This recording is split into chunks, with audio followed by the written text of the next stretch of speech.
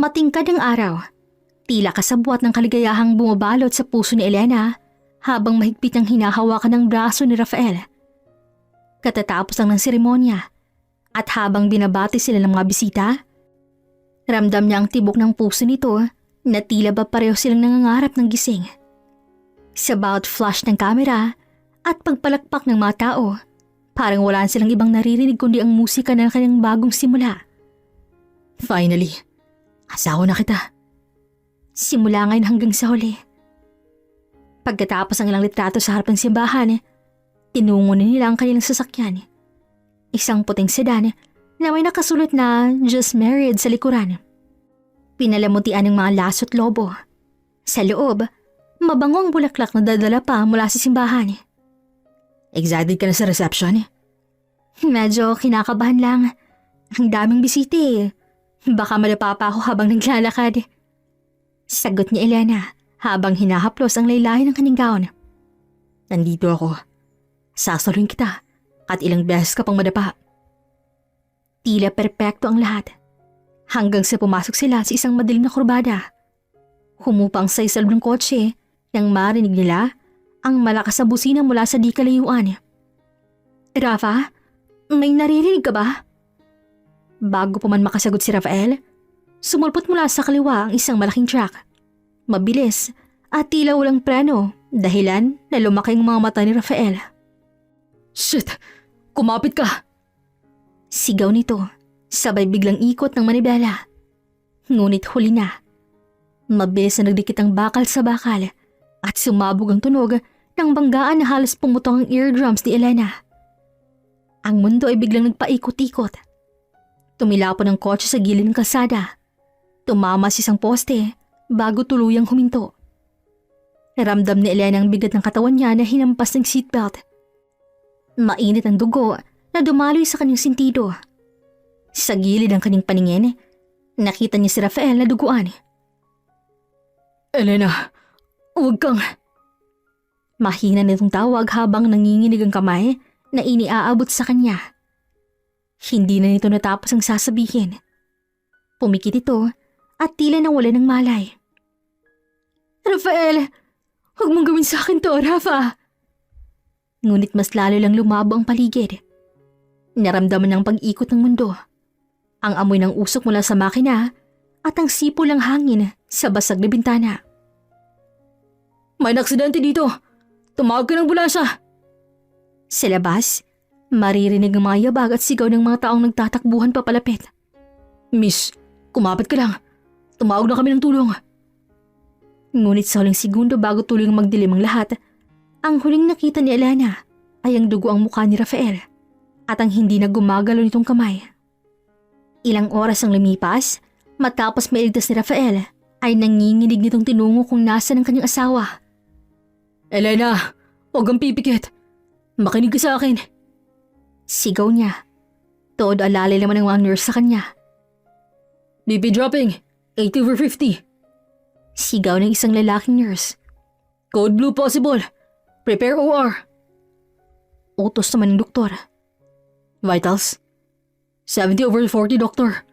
Bumababa pa rin. Sa loob ng operating room, halos magkandara pa ang buong team. Sa labas naman, si Rafael ay naglalakad pa ikot-ikot, namumutla. Hindi niya alintanang dumudugo ring sugat sa kanyang katawan. Mas iniisip niya kung mabubuhay pa ba ang babaeng pinakasalan lang niya kanina. Sir, kailangan niyo pong umupo. Sabi ng isang nurse na lumabas para ayusin ang mga papeles. Hindi. Ayoko umupo. Gusto ko malaman kung anong nangyari sa asawa ko.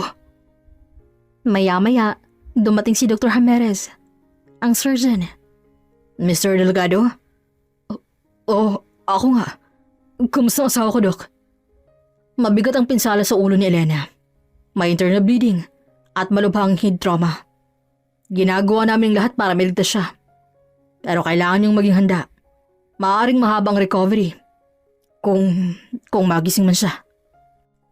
Kung magising? Ano ibig niyo sabihin? Hindi pwede. Gawin niyong lahat. Babayaran ko kahit magkano. Ginagawa namin ang lahat, sir. Pero, pasensya na po talaga. Sinasabi ko lang po to sa inyo para maghanda po kayo.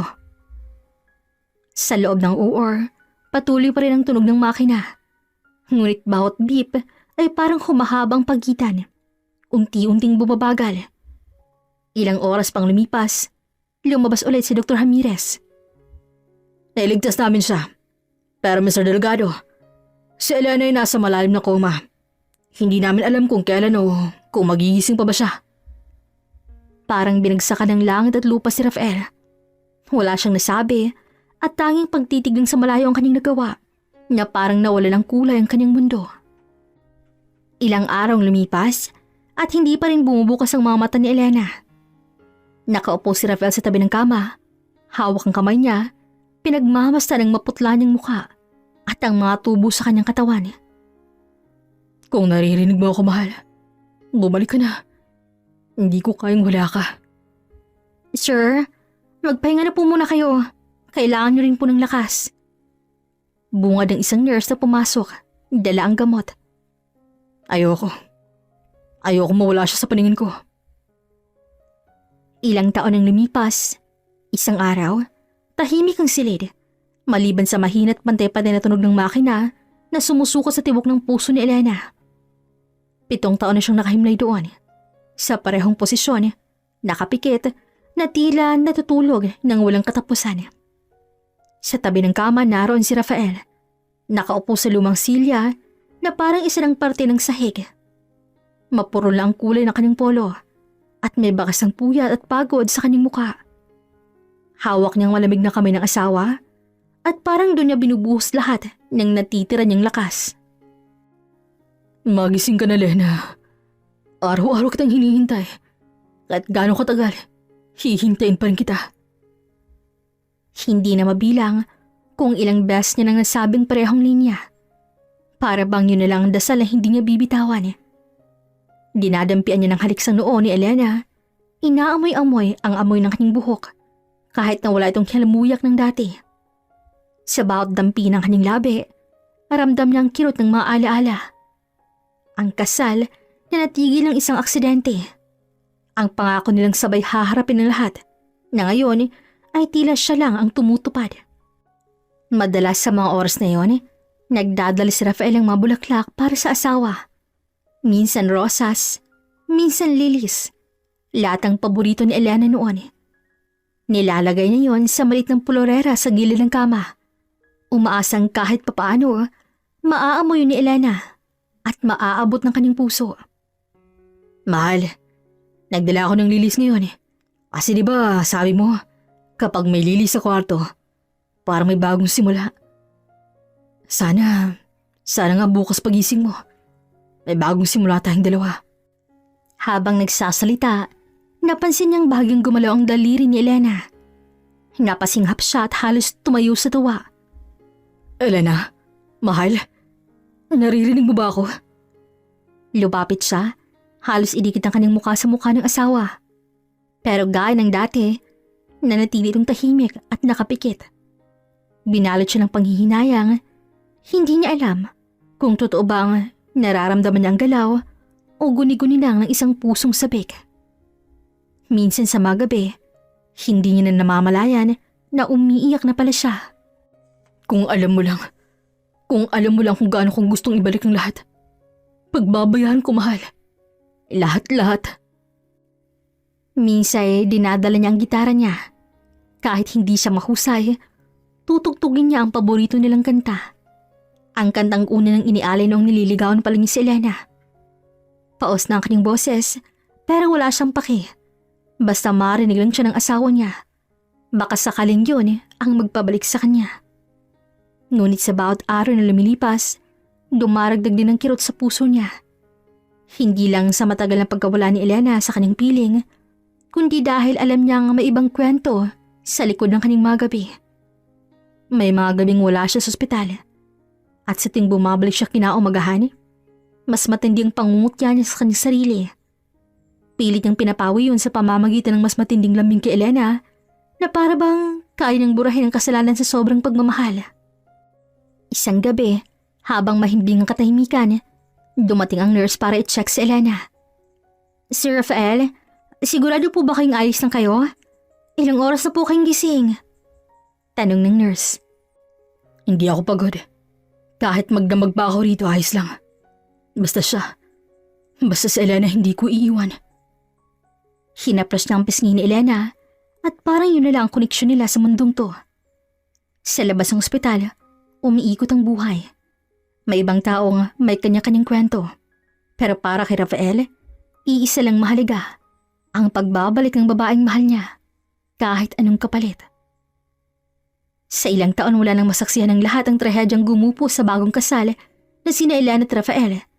At sa loob ng panahong yon, ang mundo ni Rafael ay tila nakapako sa silid ng ospital kung saan nakahimlay ang kanyang asawang si Elena. Isang makapal na ulap ng katahimikan ang bumabalot sa bawat araw niya. Pero kasabay nito, may unti-unting pagbabago sa kanyang kilos na mahirap hindi mapansin ng mga malalapit sa kanya kung sakaling may maglalakas loob na magtanong. Sa umpisa, si Rafael ang perpektong asawang walang sawang dumadalaw. Humahawak sa kamay ni Elena at binubulungan nito ng matatamis sa pangako. Kahit walang sagot, patuloy siyang nagkukwento. Pero habang dumaraan ang mga taon, ang dati walang palyang presensya ni Rafael ay nagsimulang mabawasan. Kung dati araw-araw siyang nasa ospital mula umaga hanggang gabi, ngayon may mga araw na hindi siya dumarating. At kung dumarating man, hindi na ganoon katagal. Isang gabi bandang alas 7, dumating si Rafael sa ospital. Nakaputing polo, amoy mamahaling pabango at halatang bagong ligo. Lumapit siya sa kama ni Elena at hinawakan ng kamay nito. Pero hindi kagaya ng dati, wala nang mahabang kwento. Mahal, sana magising ka na. Hindi niya napapansin na nakatitig sa kanyang isang matandang nurse na matagal na nagbabantay kay Elena. Napapansin nito na may kakaiba sa mga kilos ni Rafael. Hindi na ganoon kainit ang hawak sa kamay at hindi na ganoon kabigat ang tinig kapag kinakausap si Elena. Pero hindi siya nagsalita. Hindi rin kasali sa trabaho niya. Makalipas ang ilang oras, lumabas si Rafael mula sa ospital. Hindi siya umuwi kaagad. Sa halip, pumasok siya sa isang itim na sasakyan na nakaparada sa tapat. Pag-upo niya, isang babaeng bumungad mula sa loob. Nakasuot ang itim na coat at may pulang lipstick. Hindi ka ba natatakot na may makakita sa atin dito? Malambing pero may halong pang-uuyam ang boses ng babae. Wala namang makakaalam, Mira. Mira. Ang pangalan yon ay isang lihim na hanggang ngayon ay walang ibang nakakaalam. Hindi siya kilalang pamilya ni Elena. Hindi rin ang mga kaibigan. Sa mata ng lahat, si Rafael ay tapat at pagmamahal na asawa. Pero sa totoo lang, sa kanya, may mga gabing mas masarap kasama si Mira kaysa manatili sa malamig at tahimik na kwarto ng ospital. 7 taon na Rafael. Kailan mo ba tatanggapin na hindi na siya babalik?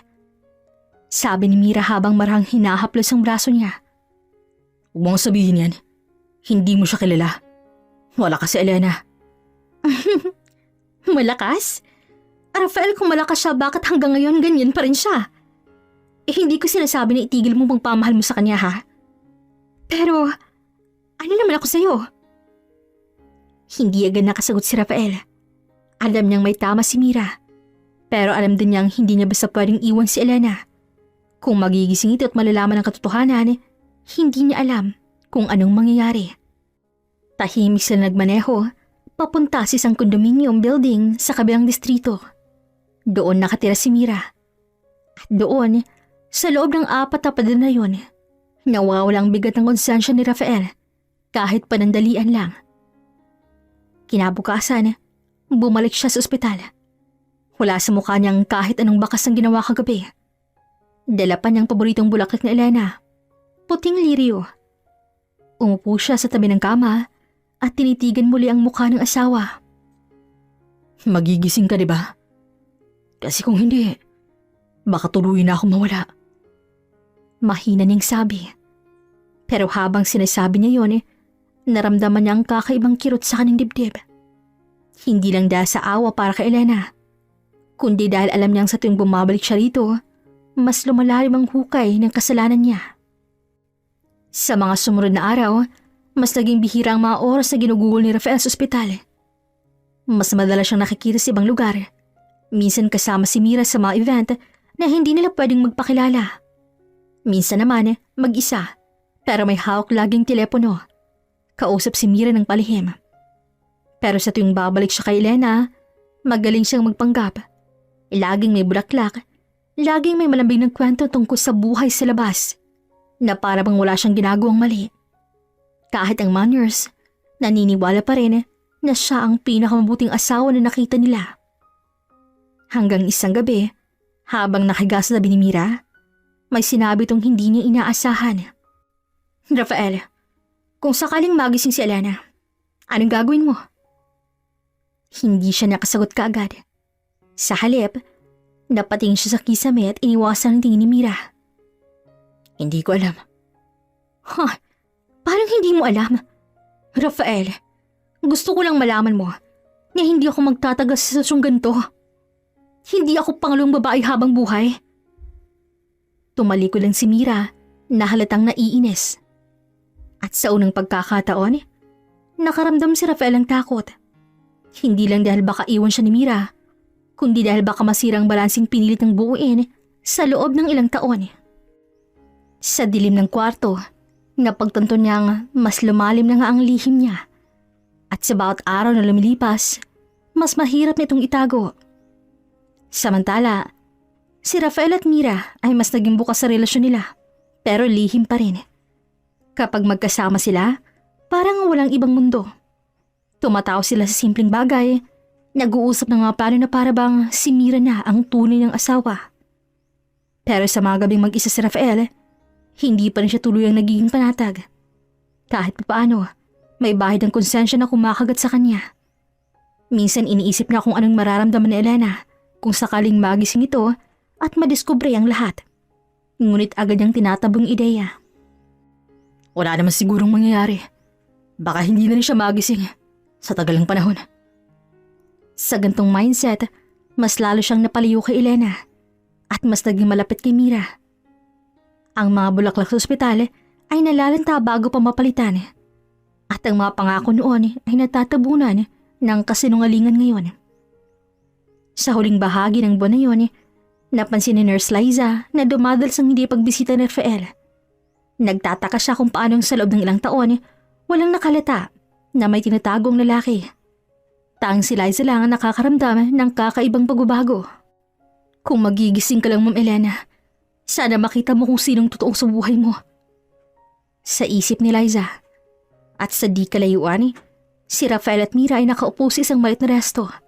Magkahawa kamay na parang wala silang pakialam sa mundo. Unti-unting nawawala sa alaala ni Rafael ang mga taon na ginugol niya sa tabi ng hospital bed. Para bang tinatanggap niya na hindi na babalik si Elena at si Mira na ang bago niyang kinabukasan. Isang gabing tahimik ang buong silid ng ospital. Tanging tunog ng aircon at mabagal na tunog ng heart monitor ang bumabalot sa paligid. Sa kama nakahiga pa rin si Elena. Payapang tila natutulog lang. Ngunit para kay Liza, bawat araw pare-pareho. Isang tahimik na laban sa oras. At sa iwaga kung kailan muling magbubukas ang mga mata ng pasyente. Kanina pa siya nag-aayos ng mga gamit. Pinapalitan ng swero, pinupunasan ng lamisita, at tinicheck ang oxygen level. Sanay na siya sa katahimikan hanggang sa may naramdaman siyang kakaiba. Habang nililista niyang vitals ni Elena sa chart, isang mahinang galawang gumuhit sa gilid ng kanyang paningin, dahilan na napalingon siya agad. Ang kamay ni Elena kumislot. Ay, baka guni-guni lang yun, Liza. Baka reflex lang. Bulong niya sa kanyang sarili at napakagat labi. Hindi mo na kumilos. Ngunit ilang segundo pa, muling gumalaw ang kamay ni Elena. Ngayon ay mas malinaw na. Dahan-dahang tumaas sa parang may hinahanap sa hangin. Oh my God! Bulong ni Liza na halos mabitaw ng hawak na clipboard. Tumalo ng tibok ng puso niya sa kabatua. Elena? Miss Elena? Naririnig mo ba ako? Tanong niya habang dahan-dahang lumalapit sa kama. Walang sagot, pero unti-unting subiklab ang kakaibang enerhiya sa silid. Kita ni Liza na gumalaw ang talukap ng mga mata ni Elena na parang pilit binubuksan mula sa napakahabang pagkakahimbing. Nurse station, dalian nyo! Nagigising na si Ma'am Elena! Mabilis na lumapit si Liza sa pintuan at sumigaw. Agad na may dalawang nurse ang pumasok. Kapwa may halong kaba at pananabik sa mukha. Isa sa kanila humawak sa monitor, ang isa na may tinawag ng duty doctor. Ma'am Elena, ako ito, si Liza. Nasa ospital po kayo. Ligtas kayo. Muling lumapit si Liza sa kama. Bahagyang gumalaw ang labi ni Elena na parang pilit bumibigkas ng salita. Napaluha si Liza sa nakitang senyales. Sige po, dahan-dahan lang. Nandito kami. Mula sa manipis na siwang ng kanyang mga mata, pumasok ang liwanag. Malabo, mahapdi, pero sapat para magbigay ng pag-asa. Pumintig ang mga alaala sa isip ni Elena. Ang tunog ng preno, ang ilaw ng headlights, at ang matinis na sigaw bago tulong nagdilim ang lahat. Pinilit niyang mag-focus. Nasaan ako? Ano nangyari? Dok, nagre-respond na po siya. Sigaw ng isang nurse. Agad namang dumating ang doktor at mabilis na sinuri si Elena. Pinulsuhan at tiningnan ang reflex. Maganda ang response. Stable ang vitals. Ipagpatuloy natin monitoring. Pwede siyang magising ng buo anumang oras. Ani ng doktor. Sa kabila ng tuwang bumabalot sa kanila, may kulang. Walang isang taong dapat unang makaalam. Si Rafael. Mabilis na kinuha ni Liza ang telepono para tawagan si Rafael. Habang nagre-ring, napansin niyang kaba sa kanyang dibdib. Pero ngayon, sa balitang to, siguradong pupunta agad siya. Hindi ba? Si Rafael, si Nurse Liza po ito. Gumalaw na si Ma'am Elena. Malapit na po siyang magising. Baka gusto ninyong... Hindi pa siya natatapos nang biglang sumagot si Rafael. Sige. Busy lang ako ngayon. Sabihin mo na lang kung talagang gising na siya. At bago pa makasagot si Liza, binabanan nito ang tawag. Natigilan si Liza. Hindi yun ang reaksyon na inaasahan niya. Bakit parang wala itong gana? Pero bumalik ulit siya sa kama ni Elena. Unti-unti nang mas lumili na ang mga mata nito, kumukurap-kurap habang sinusubukang abutin ang paligid. Ma'am, huwag muna po kayong magsalita ng pilit. Basta ang importante, ligtas po kayo. Nasa ospital ka. Malumanang sagot ni Liza at pilit pinapakalmang sarili. Pero nagsimula ng pumatak ang luha ni Elena. Hindi pa man niya lubusang nauunawaan ang nangyari. Dama na agad niyang bigat sa dibdib. Parang may nawawala. Sa loob ng 7 taon ng katahimikan, ngayon lang siya muling nakaramdam ng ganong kalalim na kirot. Lumapit ang doktor, nagbigay ng instructions at sinabing maghahanda sila para sa mas masusing test. Pero bago siya dalhin, muling napatingin si Elena kay Liza na tila may gustong itanong. Si Rafael. Napakagat labi si Liza. Ayaw niyang magsinungaling, pero ayaw din niyang masaktan agad si Elena sa unang araw ng kanyang pagising. Baka po papunta na. Sagot niya kahit sa loob niya may bumubulong na baka hindi agad dumating ang asawa nito. Habang inilalabas si Elena para sa test, hindi maiwasan na Lizang mag-isip. Sa hallway ng ospital, abala ang mga doktor at nurse sa pagpapalipat kay Elena. Ngunit sa isang sulok, sa labas ng ospital, nakaparadang isang itim na sasakyan. At doon nakaupo si Rafael. Hindi pumasok, hindi nagmadali, at ang katabi niya sa passenger seat ay walang iba kundi si Mira. Sigurado ka ba? Hindi mo ba siya gustong makita? Di ba ito nang hinihintay mo? Nakangiti si Mira at hinawakan ang kamay ni Rafael. Oo. Pero, ang tagal naman. Tsaka nagbago ng isip ko. Hindi pa ako handa ngayon. Dapat hindi pa siya dapat gumising eh. Hindi pa ako handang harapin siya. Talaga? O ayaw mo lang siyang harapin dahil nagigilty ka? Hindi na sumagot si Rafael at tumingin na lang sa labas. Habang sa loob, walang kaalam-alam si Elena na sa mismong araw ng pagising niya, wala sa tabi niyang lalaking minamahal at pinaglaban niya.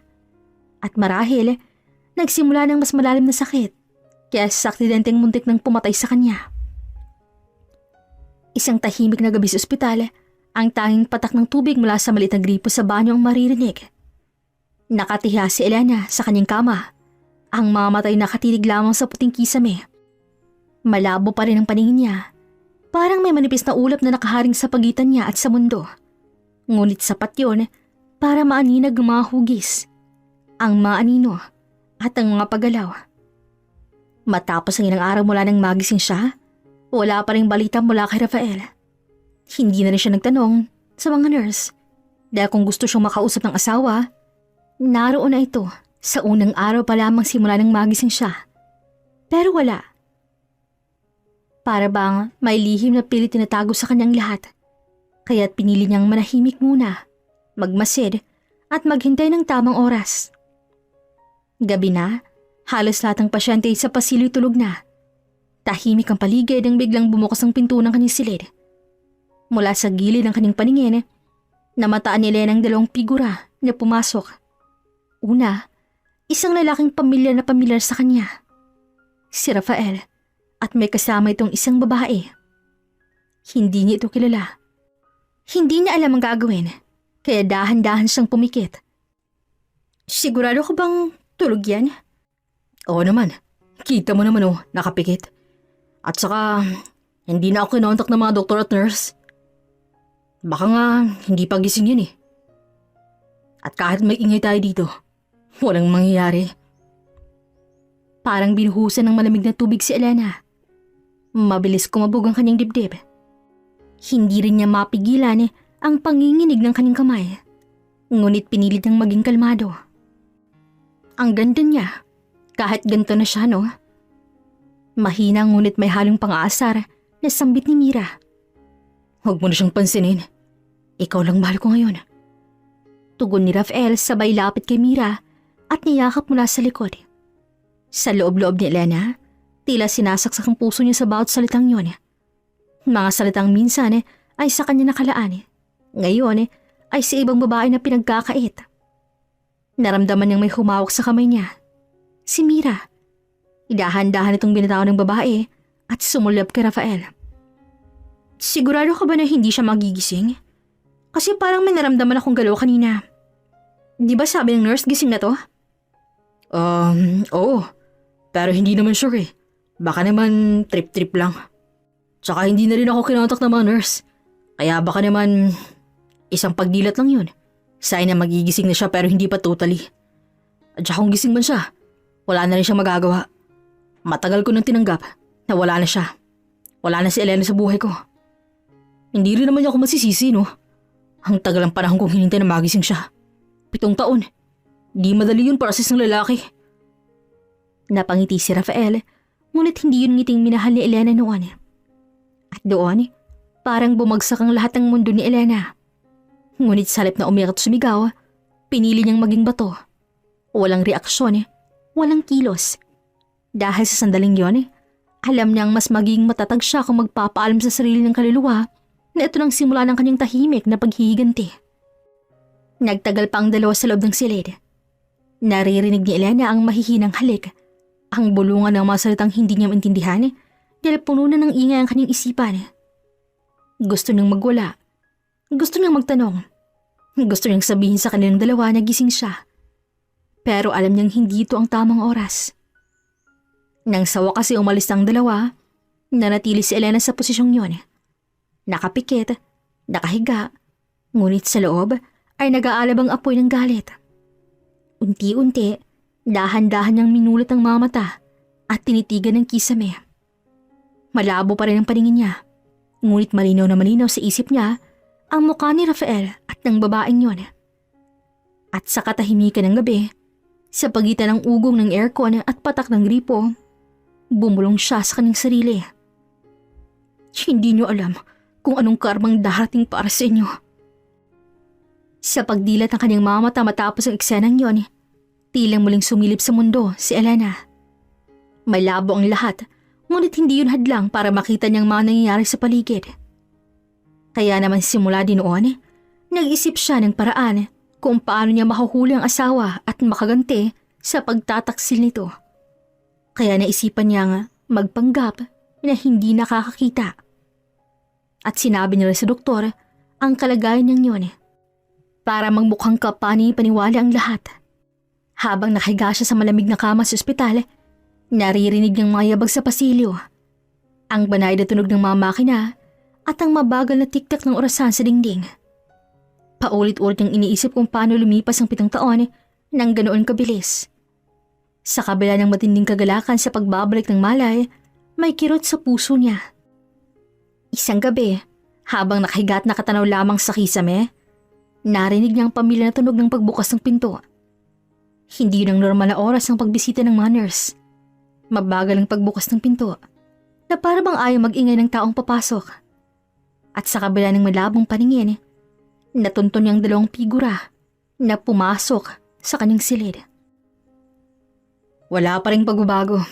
Sabi ng doktor, baka hindi na siya tuluyang makakita. Bulong ni Rafael. Marahil alam na nito na nagising na talaga siya at ang sitwasyon ng kanyang pagkukunwaring bulag. Paano kung bigla siyang magising at makita tayo? Tanong ni Mira na may halong kabat pananapik. Hindi mangyayari yun. Sinabi ko na nga, di ba? Matagal pa bago siya tuluyang makakita. O baka nga hindi ni. Baka naapektuhan na dahil 7 taon siyang walang malay. At saka hindi mangyayari yun. Sa tagal ng panahon, ako na rin nagpasya kung paano ko haharapin ang buhay ko.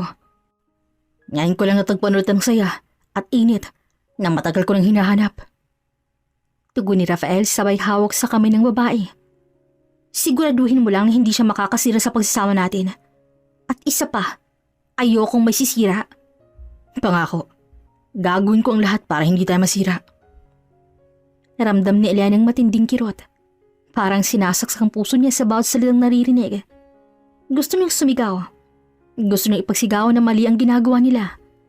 Pero pinilyang magpigil at pinapakalma ang sarili dahil para sa kanya, hindi pa ito ang tamang oras para harapin ang dalawa. Tahimik siyang nakikinig habang ang dalawa'y umupo sa gilid ng kanyang kama. Ramdam ng bahagyang pag-alog ng kutsyon nang ipatong ni Rafael ang kanyang kamay sa ibabaw nito. Kahit nandito si Elena, wala na siyang alam at pakalam sa mundo nating dalawa. Wala ka bang takot na baka may ibang makakita sa atin dito? Hindi. Si Liza lang madalas dito at kampante ako sa kanya. Isa pa, walang mag-aakala na sa mismong tabi ng asawa kong walang malay. Kasama kita. Ay hindi baka makita tayo ni Liza dito at magsumbong yan sa asawa mong bulag.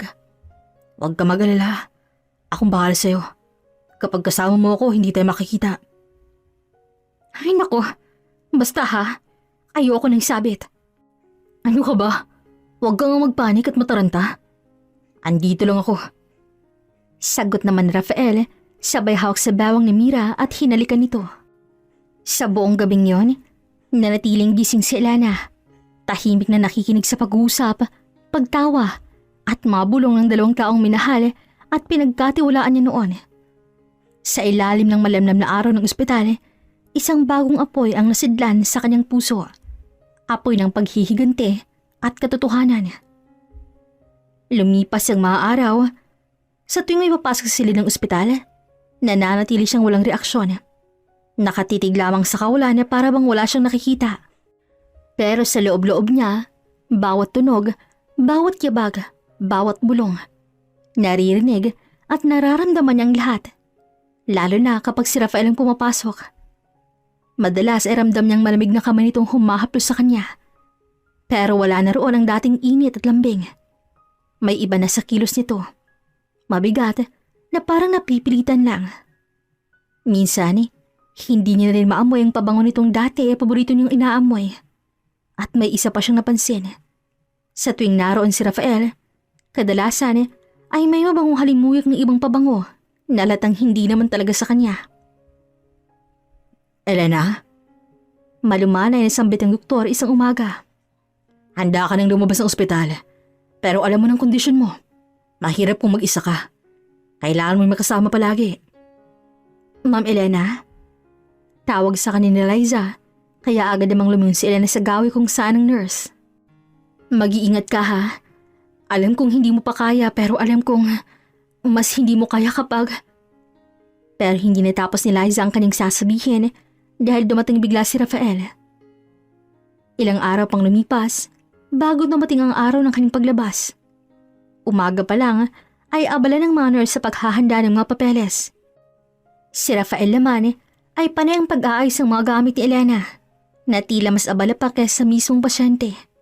Si Mira naroon din, nagpakilalang kaibigan.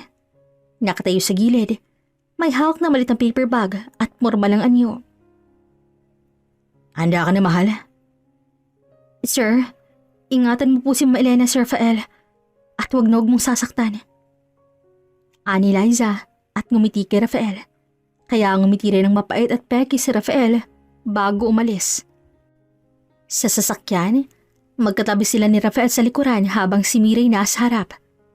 Tahimik ang biyahe. Panay ang sulip ni Rafael sa kanya. Ngunit hindi itong mabasa ni Elena dahil nakapikit siya. Kunwari pagod. Pero sa loob niya, tinatandaan niyang direksyon, ang oras ng biyahe, ang tunog ng kalsada, lahat para alam niya kung saan siya dinadala. Pagdating nila sa bahay, isang malaking pagbagong bumungad sa kanya. Hindi na yun ang dating tahanang puno ng mga alaala ng dalawa ni Rafael. Marami nang naiba. May mga kurtinang hindi niya pinili. Mga dekorasyong tila hindi niya estilo. At may mga gamit na halatang may pamababaeng kamay na nag-aayos pero hindi kanya. Rafa, bakit parang pakiramdam ko nag-ibang aura ng bahay natin? Pinaganda ko ang bahay habang wala ka. Sana nakikita mo para matuwa ka naman. Napangiti si Elena, pero si ilalim ng ngiting yun ay may pait. Pinaganda mo para sa akin, Rafael, o para sa kanya? Saad niya sa isip. Maghapong na nahimik si Elena. Nagpanggap siyang nakikinig lang ng radyo o natutulog. Pero sa totoo, pinakikiramdaman niya ang kilos ni Rafael. Minsan ay bigla nilang itong lalabas ang bahay ng walang paalam at babalik nang may bahay ng kasiyahan sa muka. Hindi na rin ito kasing alaga sa kanya gaya ng dati. Wala nang madalas na paghawak sa kamay niya o paghaplos sa kanyang buhok. Mga simpleng bagay na dati hindi nawawala. Pero sa bawat araw na lumilipas, lumalakas ang tibok ng puso ni Elena. Hindi dahil sa pag-ibig, kundi dahil sa galit at plano. Isang gabi habang tulog si Rafael, dahan-dahan siyang bumangon mula sa kama. Lumapit siya sa bintana, tinanggal ang tali ng kurtina at bahagya itong binuksan. Malabo pa man ang paningin niya, pero malinaw pa rin ang ilaw sa kalsada at ang anino ng isang babaeng dumaan sa harap ng bahay nila. At sa gabing yon, lihim nang umiti si Elena. Isang ngiting puno ng pangako at panganib. Dahil kahit bulag siya sa tingin ng lahat, malinaw na nakikita ang katotohanan. At sa oras sa pili niyang buksan muli ang kanyang mga mata sa harap ni Rafael, hindi na siya magiging parehong Elena na nakilala nito. Isang hapon habang nakaupo si Elena sa sofa sa sala, kunwari nakikinig lang sa radyo, dumaan si Mira. Kumain ka na ba? Baka wala ka na ng mga almusal. Maluman at mahina na sambit ni Rafael kay Mira, pero dinig pa rin yun ni Elena. Wala, pero alam kong babawi ka naman mamaya. Oo, akong bahala sa'yo. Basta sabihin mo lang kung anong gusto mo. Alam mo na kung anong gusto ko, Rafael. Hindi lang pagkain. Dagdag ni Mira habang nagkatingin sa mga mata ni Rafael. Alam ko, at gusto ko rin ibigay lahat. Kahit may taong masasaktan? Sino pa? Basta't ikaw ang kasama ko. Hindi ko alam kung swerte ako o malas. Kasi kahit mali, gusto pa rin kitang piliin. Alam mo yan. Kung maling magmahal sa'yo, ayoko nang maging tama. Oo, sa'yo na ako bumabalik at dito na ako mananatili. Hindi naman kailangang marinig ni Elena ang mga salita ni Rafael at Mira para malaman ng totoo. Sapat na ang kilos nila. Sapat na ang paraan ng pagyuko ni Rafael sa tenga ni Mira. Ang mabilis sa pagdampi ng kamay nito sa likod ng dalaga at ang mga matang puno ng ningning na matagal ang nawala kapag siyang kaharap. Sa mga gabing naroon si Mira, pakiramdam ni Elena ay isa siyang estranghero sa sariling bahay. Naririnig niya ang mayabag nilang sabay na umakit sa hagdan. Minsan ay mapapansin niyang bahagyang pag-alog ng sahig sa itaas. Tanda ng mayapak at galaw na pilit niyang iniiwasang isipin. At kapag bumababa sila, laging magkasunod. Laging may lihim ng ngiti sa isa't isa. At habang lumilipas ang mga araw, mas lalo naging malinaw kay Elena na may pinaplano si Rafael at Mira. At kung tuso sila, patutunayan niyang mas tuso siya. At sa mismong gabing yon, habang si Mira nakahilig sa palikat ni Rafael sa veranda at iniinom ang kanilang kape, si Eleni nakaupo lamang sa sala. Nakapikit at nakikinig sa hampas ng hangin sa bintana. Sa loob-loob niya, pinipigil ang ngisi. Maglaro kayo ngayon. Bulong niya sa kanyang isipan. Dahil sa huli, ako nang tatawa. Isang tahimik na bahay ng araw na yon. Umaga pa lang ay umalis na si Rafael para magtrabaho daw. Pero alam niyang ibang trabaho ang pupuntahan nito. Si Mira. Nang masiguradong wala na ang sawa, marahan siyang tumayo mula sa kama. Ang bawat hakbang niya ingat para kung sakaling may biglang bumalik ay madali siyang makakapagpanggap muli. Sa loob na buwan na lumipas, sanay na siya sa gantong kilos. Parang isang pusang tahimik na gumagalaw sa dilim. Mula sa ilalim ng kanyang unan, kinuha niyang maliit na cellphone na palihim niyang itinago. Noon pa man, ay may tiwala siyang darating ang araw na kakailanganin niya itong gamitin. Mabilis niyang tinipa ang numero ng taong matagal nang iniiwasan ng maraming kaaway. Ang abogadong kilala sa pagiging matalas at walang inuurungan. Si Attorney Adrian Paul Morete. Hello, Elena.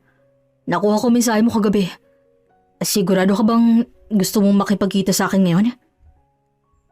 Mabilis sa sagot ng lalaki sa kabilang linya. Attorney Adrian, kailangan ko na ng tulong mo. Ayoko na maghintay pa. Habang hindi pa nila nakikita kong ginagawa nila. Gusto kong makuha lahat ng ebidensya laban sa kanila. Sige, magkita tayo sa lumang kapihan sa may tabing dagat. Dalhin mo lang sarili mo. Ako nang bahala sa plano. Hindi ko akalaing tatawag kay Elena. Sabi ko na nga ba, darating ang araw na to. Dahil kailangan kita, Attorney Adrian. Ngayon, alam mo bang maraming natatakot kapag akong kumikilos? Kahit mga politiko at negosyanteng akala mo'y Diyos. Kaya bago kita tanungin kung bakit, gusto kong marinig kung hanggang saan ka handa. Hanggang dulo. Wala nang atrasan to. Ibig sabihin handa kang madumhin ng mga kamay mo? Hindi ito laro, Elena. Kapag pumasok ka rito, wala nang balikan. Wala na akong babalikan. Tinanggal nila sa akin lahat yon. Ngayon, ako naman ang kukuha ng sa kanila. Sino? Si Rafael at ang babae niya. Diretsong sagot ni Elena nang may tapang sa kanyang sarili. Alam kong ibig sabihin yan. Laban yan sa mga taong may pera, koneksyon at kapangyarihan. Kung akong hahawak, wala kang pwedeng itago sa akin. Lahat ng sikreto mo, pati mga kasalanang hindi mo aaminin sa iba, sa akin mo aaminin. Sa'yo na. Basta matulungan mo akong pabagsakin sila. Magaling. Gusto ko yung tono mo. Galit na handang maging bala. Maghanda ka, Elena. Simula ngayon, hindi ka na biktima. Hindi na nga. Ako nang magiging bagyo.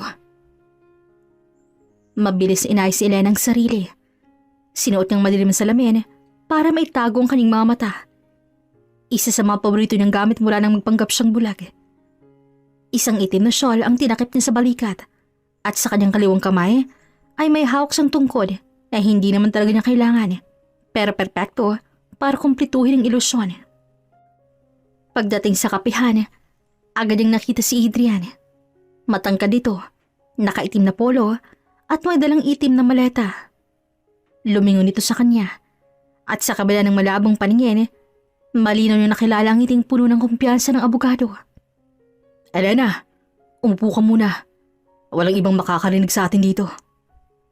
Bati ni Adrian habang binubuksan ang pinto ng malit na pribadong silid sa loob ng kapihan. Adrian, matagal ko nang alaman tungkol kay Rafael at Mira. Nakikita ko mga kilos nila kahit pilit nilang tinatago. At ang mas masahol pa doon, talagang sinasama ni Rafael si Mira sa bahay naming dalawa. At dahil nga nagkukunwari akong bulag, hindi ko sinasabi o hindi ako nagpapakita ng motibo para mahalata ako. Pero gusto kong masigurado na kapag dumating ang araw na haharapin ko sila, wala na silang kawala pa. Pagkaupo niya, inalas niya sandali ang salamin. Kung ganon, kailangan natin gumawa ng 3 hakbang. Una, makakuha tayo ng litrato o video na malinaw na magpapatunay ng relasyon nila. Pangalawa, kolektahin ang financial records kung may ginastos si Rafael para kay Mira na galing sa pinagsamahan ninyo. Pangatlo, kailangan natin ng witness na makakapagsalita laban sa kanya. Kung ganon, madali lang ang una. Kapag nandoon si Mira sa bahay, madalas sila magtago sa silid sa ibaba. Hindi nila alam na may maliit na siwang sa dingding na natatakpan lang ng kurtina. Hindi na ako pwedeng magtago ng kamera. Maganda yan. Sagot ni Adrian habang nagsusulat ang plano sa maliit ng notebook. Sa financial records naman, may kakilala akong forensic accountant na pwedeng mag-trace ng pera. Pero kailangan ko ng access sa mga bank statements si Rafael. Wala siyang alam na hawak ko ang duplicate ng ilan sa mga dokumento niya. Lahat ng pinirmahan namin mag-asawa, tinabi ko. At kahit hindi pa kami kinasal noon, alam ko na yon. Perfect. Pero Elena, sigurado ka bang kaya mo to? Ibig sabihin patuloy ka magpapanggap na bulag habang nangungulekta tayo ng ebidensya. Lahat ng galaw mo kailangan kalkulado. Adrian, ilang buwan na ako nabubuhay ng ganitong kasingulingan. Kung kailangan ko pa ng ilang linggo para tuloy mabunot sa buhay kong dalawang yon, gagawin ko. Sige. Pero kailangan nating maganda kung lalaban sila sa korte. Kilala ko si Rafael. May koneksyon siya sa ilang tao sa gobyerno. Hindi rin to basta-basta paghihiwalay, Elena. Pwede itong maging laban ng sisira sa reputasyon mo kung hindi ka magiging maingat. Kung reputasyon ko man ang kapalit, mas pipiliin ko yon kaysa manatili sa pili ng isang traidor na asawa. Palaban ka pa rin. Yan ang gusto ko sa'yo noon pa eh.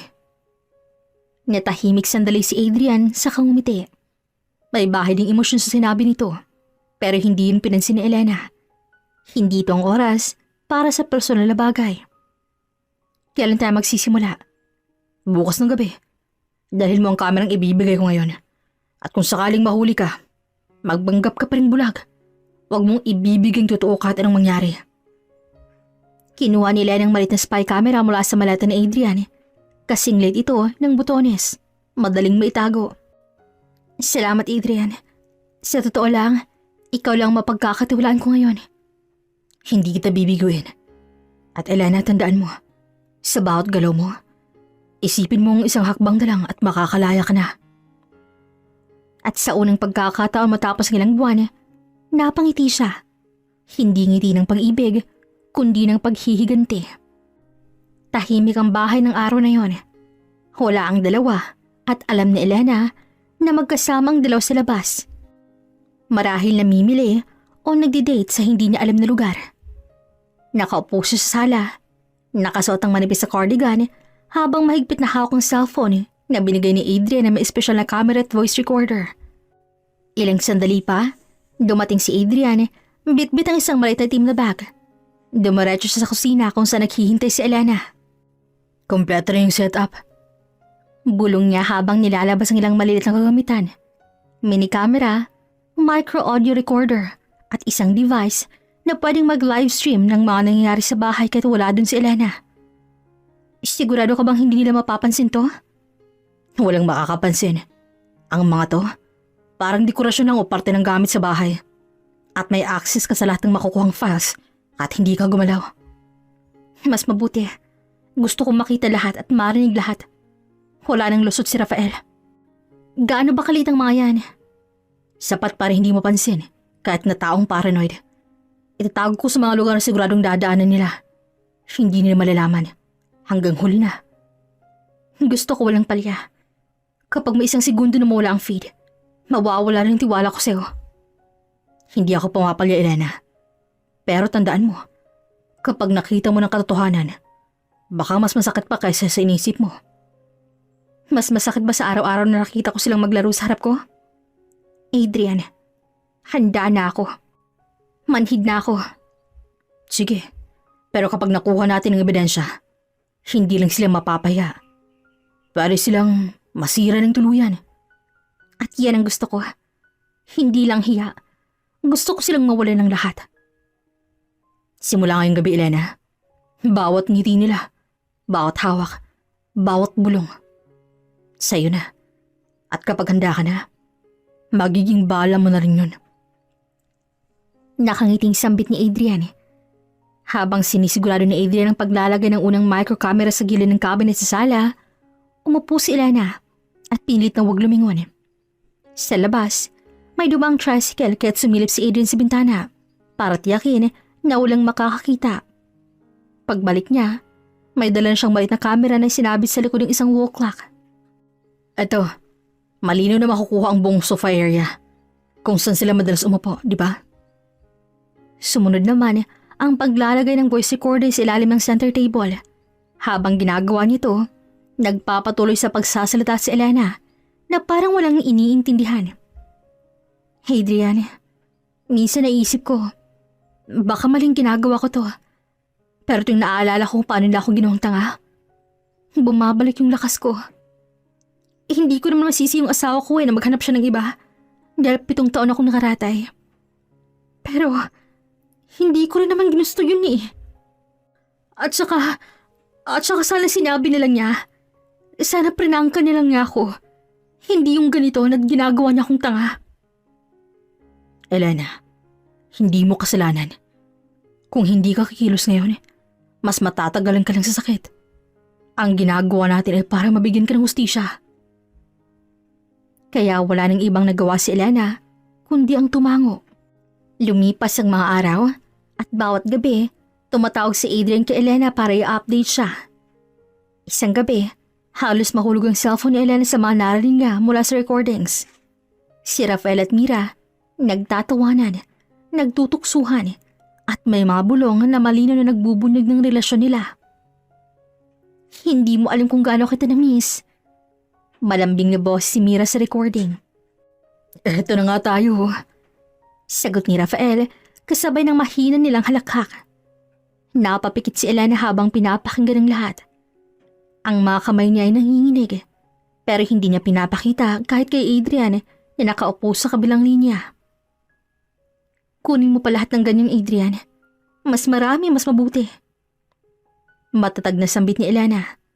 Sa tulong ni Adrian, nakakakuha sila ng malino na mga larawan mula sa maliit na kamera. Mga litrato ni Mira na nakahilig sa balikat ni Rafael. Makakuha habang sabay silang kumakain sa hapag at maging ilang pagkakataong halitang pisikal na lambingan ng dalawa. At pagkalipas ng 3 linggo, bumalik si Adrian, dala ang external drive.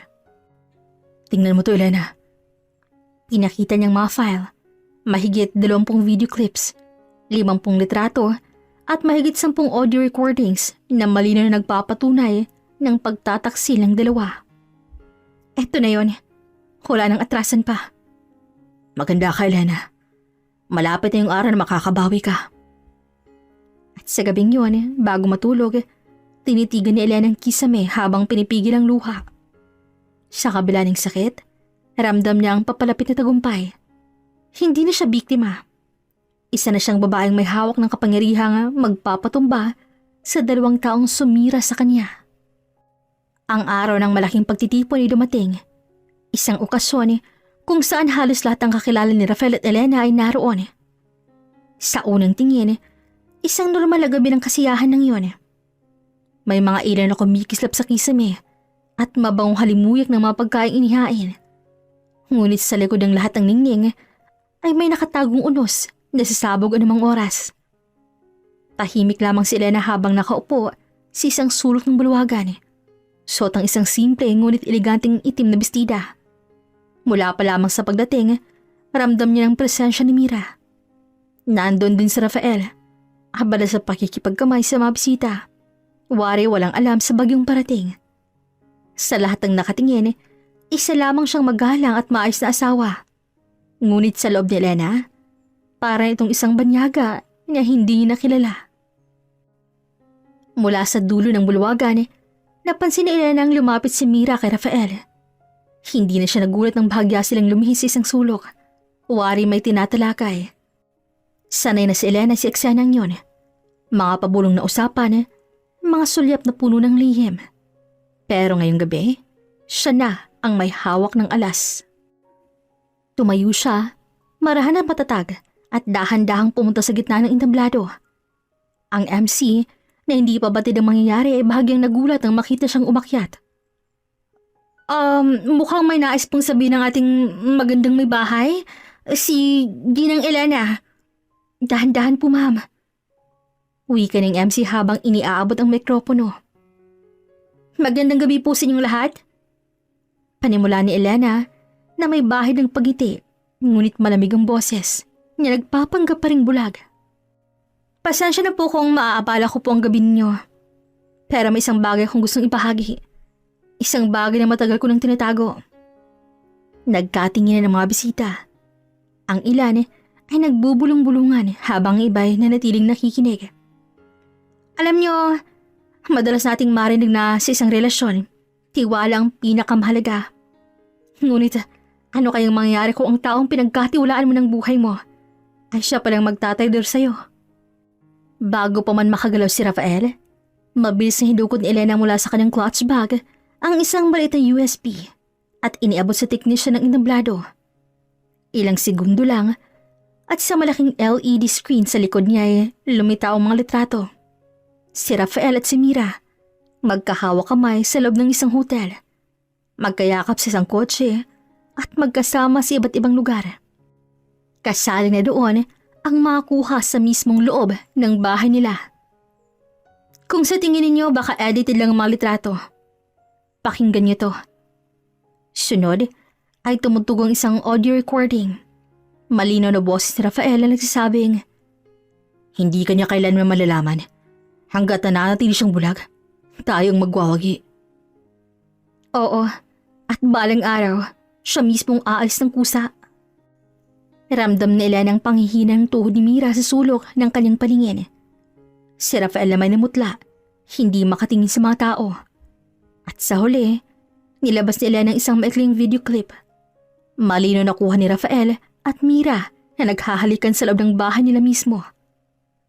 Matapos tumigil ang video, tumingin si Elena diretso kay Rafael at Mira. Akala niyo ba bulag ako? Tanong niya sa ngumiti. Mula sa araw na nalaman kong pagtataksilin niyo, nagpa siya akong magpanggap. Ginamit ko ang bawat segundo para makakuha ng katotohanan. At ngayon, eto na. Ang katahimikan sa bulwagan ay tila sumabog sa biglaang alingaw-ngaw ng mga bulungan at komento mula sa mga bisita. Ang ilan ay halatang nanliliit para sa kahiyan ni Rafael. Ang iba'y lantaran na nakatingin ng may galit kay Mira. Elena, pakinggan mo muna ako. Hindi ko kailangang pakinggan ng isang taong marunong magsinungaling habang nakatingin sa mata ng asawa niya. Hindi na ngayon, Rafael. Elena. Bakit? Nagulat ka ba? Nagulat ka ba sa nalaman mong hindi ako bulag? At nagulat ka ba dahil kaya ko pa rin lumaban? Rafael, hindi porkit mahal kita at pinakasalan kita. Hindi ibig sabihin nun, magpapakatanga na ako sa'yo. Hindi. Hindi totoo to. Pinapalabas mo lang. Hindi totoo? Kahit may ebidensya na, magde-deny ka pa rin? Lahat ng tao dito nakakita na. Lahat ng oras na wala ako. Lahat ng halik. Lahat ng bulong. Nasa harap nila ngayon ng ebidensya. Ano? Gusto mo bang ulitin natin? Elena, pakinggan mo muna ako. Mahal, please. Sabay hawak ni Rafael sa braso ni Elena. Hindi na ngayon, Rafael. Sa harap ng lahat ng taong to, tapos na tayo. At tandaan mo, ako ang iniwan mong sugatan. Pero ako pa rin ang babangon para sirain ang mundo mo. Si Mira naman ay mabilis na lumabas ang bulwagan. Ngunit sinundan siya ng matatalim na tingin ng mga bisita. Habang may ilan pang nakakuha na ng litrato habang umiiyak. Ang dating imahe ng dalawa bilang magagalang at maayos sa tao ay gumuho sa isang iglap. Bumaba si Elena mula sa entablado. Iniwan si Rafael na nakatayo sa gitna ng bulwagan, pawisan at nanginginig. Sa bawat iyapak ng paan niya, ramdam ng bigat ng mga taong nakatingin. Hindi sa awa, kundi sa paghanga sa tapang niya. Lumapit sa kanya si Adrian mula sa gilid. Marahang inabot ang braso niya at nagbigay ng kumpirmadong ngiti. Tapos na. Mahina nitong sabi. At sa unang pagkakataon matapos ang napakabang panahon, nakaramdam si Elena ng tunay na kalayaan. Tahimik ang buong bahay ni Elena ng araw na yon. Sa unang pagkakataon, matapos ang mahabang buwan, wala nang mabigat na presyong nakadagan sa kanyang dibdib. Hawak niya na ang legal na dokumento na nagpapatunay na kalahati ng lahat ng ari-arian nilang dalawa ni Rafael ay opisyal lang nakapangalan sa kanya. Wala nang dating takot, pinalitan niyo ng isang pakiramdam ng kalayaan na matagal niya nang hinihintay. Tapos na, Elena. Wala na silang laban. Ikaw na ngayon manghawak sa buhay mo. Salamat, Adrian. Kung hindi dahil sa'yo, baka hanggang ngayon nakatali pa rin ako sa kanila. Hindi. Ikaw mismong lumaban. Ako, nandito lang para siguraduhin na hindi ka na mag-isa. Matapos formal na tapusin ang lahat ng kaso, umalis si Elena mula sa bahay na minsan tinuring ng tahanan. Hindi niya tinignan si Rafael na nakatayo sa may pintuan. Nakayuko na parang nawalan ng lahat ng laban sa buhay. Si Mira naman ay nakatanaw mula sa loob, galit at desperada. Pero wala siyang magawa, sirang-sira na ang reputasyon nila. Sa bawat hakbang ni Elena palabas ng gate, pakiramdam niya ay tinatanggalan niyang sarili ng tanikala. Sumakay siya ng sasakyan ni Adrian at bago niya sinarang pinto, tumingin siya sa bahay sa uling pagkakataon at sinabi ang katagang, "Hindi na ako babalik, kahit kailan." Lumipas ang ilang buwan at unti-unting bumuo sila ng bagong buhay. Sa tulong ni Adrian, nakapagpatayo siya ng maliit ngunit maayos na negosyo. Ang dating sugat ng puso ay unti-unting gumagaling. Hindi lang dahil sa bagong simula, kundi dahil sa presensya ng isang taong walang sawang sumusuporta sa kanya. Samantala sa kabilang dako, tuluyang gumuho ang mundo ni Rafael at Mira. Nawalan sila ng negosyo, iniwan ng mga kaibigan at binawi ng mga kliyenteng tiwala sa kanila. Ang dating makapangyarihan at impluwensyang magkasabwat ay naging laman ng chismis at pangungutya. May mga gabing naririnig ni Elena mula sa mga kaibigan ang balitang si Rafael ay nalulung sa alak, habang si Mira naman ay nawalan ng pera at pinagtatawanan ng dating mga kakilala. Ngunit sa halip na maramdaman ng galit o paghihiganti, tanging mahinang buntong hininga lang ang ginawa ni Elena. Karma nang bahala sa kanila. Ako, may bago na akong buhay. Isang hapon habang magkasama silang dalawa sa tabing dagat, dinala ni Adrian si Elena sa isang lugar na matahimik at malayo sa ingay ng syudad. Ang langit ay kulay kahel at ginto, at ang alon ay marahang humahalik sa buhangin. Tahimik silang naglakad hanggang sa tumigil si Adrian sa kanyang harapan. Elena, matagal ko na sanang sasabihin to pero alam kong kailangan mo munang tapusin to bago mo marinig. Panimula ni Adrian, kaya napatingin si Elena at hindi sigurado kung anong susunod na maririnig niya mula kay Adrian. Mahal kita, hindi lang bilang kaibigan o kasama sa laban, kundi bilang babaeng hinahangaan ko sa tapang, sa tibay, at sa ganda ng puso. Kung papayagan mo, gusto kong maging parte ng buhay mo. Hindi para palitan ng nakaraan, kundi para tulungan kang buuin ng mas maganda pang bukas. Matagal siyang napatingin kay Adrian bago ngumiti at marahang hinawakan ng kamay nito. Adrian, sa lahat ng pinagdaanan ko, ikaw ang hindi bumitaw. At ngayon, handa na akong magmahal muli. At ikaw lang nakikita kong kasama sa hinaharap. Sagot ni Elena na may ngiti sa labi. Doon, sa ilalim ng papalubog na araw, niyakap ni Adrian si Elena. Mahigpit na para bang sinasabi sa kanya na wala nang makakawasak sa kanya kailanman. At sa unang pagkakataon matapos ang lahat, ngumiti si Elena ng tunay. Lumipas ang mga buwan at mas lumago pa ang kanilang negosyo.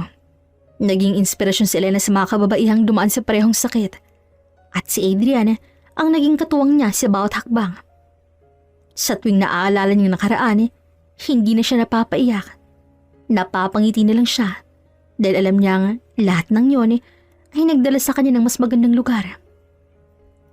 Isang taon, bumalik silang dalaw sa parehong tabing dagat. Ngunit ngayong gabi, iba na. Sa kanilang harapan ay isang maliit na mesa na may kandila at bulaklak. Doon muling tumingin si Adrian kay Elena. Nung una kitang tinulungan, wala akong ibang hangad kundi makita ang nakangiti muli. Pinanood kitang bumangon mula sa wasak ng mundo. Pinanood kitang lumaban. At ngayon, gusto kong maging dahilan ng lahat ng ngiti mo. Habang buhay. Lumuhod si Adrian ng dahan-dahan. Binuksan ang kahon at nilabas ang isang simpleng ngunit eleganteng singsing. Elena, will you marry me? Nanlaki ang mata ni Elena. Napasinghap. Bumalik sa kanyang lahat. Ang sakit, ang galit, at ang pagbangon na hindi niya akalaing mauwi sa gantong sandali. Adrian, lahat ng sugat ko tinuruan mong maghilom. Lahat ng takot ko, tinuruan mong harapin. At lahat ng galit ko, pinalitan mo ng pag-ibig. Kaya oo, Adrian. 1,000 times yes. Itinaas ni Adrian ang kamay ni Elena at dahan-dahang sinuot ang singsing. Tumayo siya at mahigpit na niyakap si Elena habang ang luha nilang dalawa ay halos sa pagitan ng halakhak at pag-ibig. Simula ngayon, Elena, hindi kita iiwan. Kahit anong bagyo, sabay nating haharapin. At simula ngayon, wala nang makakasira sa atin. Nakapikit habang nakangiti si Elena. At sa gitna ng huni ng alon at liwanag ng buwan, nagyakap sila. Ang pusong sugatan ni Elena noon, ngayon ay buo na. Sa wakas, natagpuan ni Elena hindi lang ang hustisya, kundi ang tunay na pagmamahal na walang hinahanap na kapalit. Hanggang dito na lamang po. This is Regine here in Miss Teen Stories. Daghang salamat!